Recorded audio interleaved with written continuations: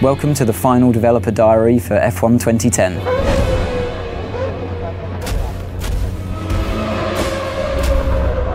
At the beginning of the game, you don't start off as a test driver, you start off as a driver that's managed to secure a seat in a team at the beginning of the year. You know, in the real world, before you go to a track, before you start the season, you're fully aware with your team what the expectations are. Depending on the kind of difficulty level that you've selected, that determines the teams that are open to you at the beginning of the game. You always, as a driver, want to be beating your teammate. That really elevates you in the team. It also alerts the other teams to your ability. The garage is a key location in the game.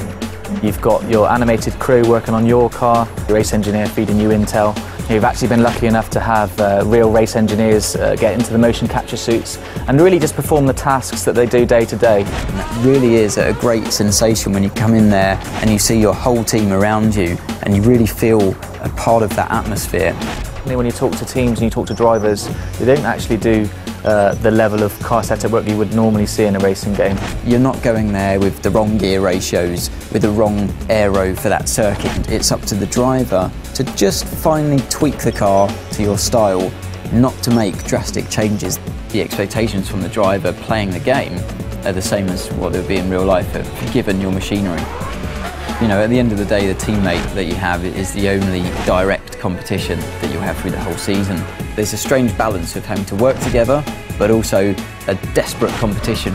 Where it gets a little bit personal is when it comes to events like qualifying and the race, definitely, where you're just out there to beat him no matter what. Your agent, the media and the paddock itself are your feedback mechanism for how well you're doing in the game.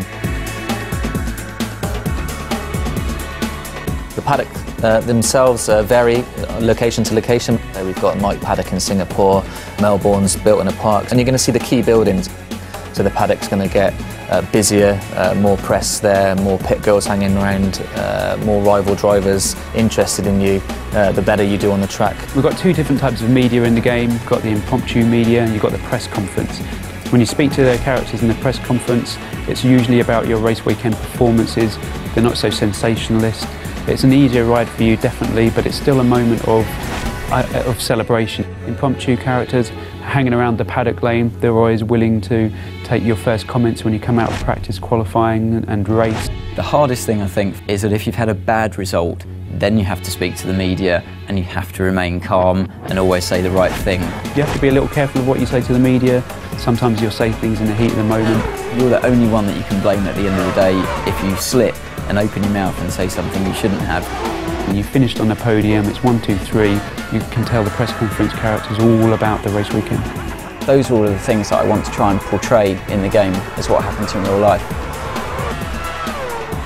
Way beyond any computer game I've ever played before.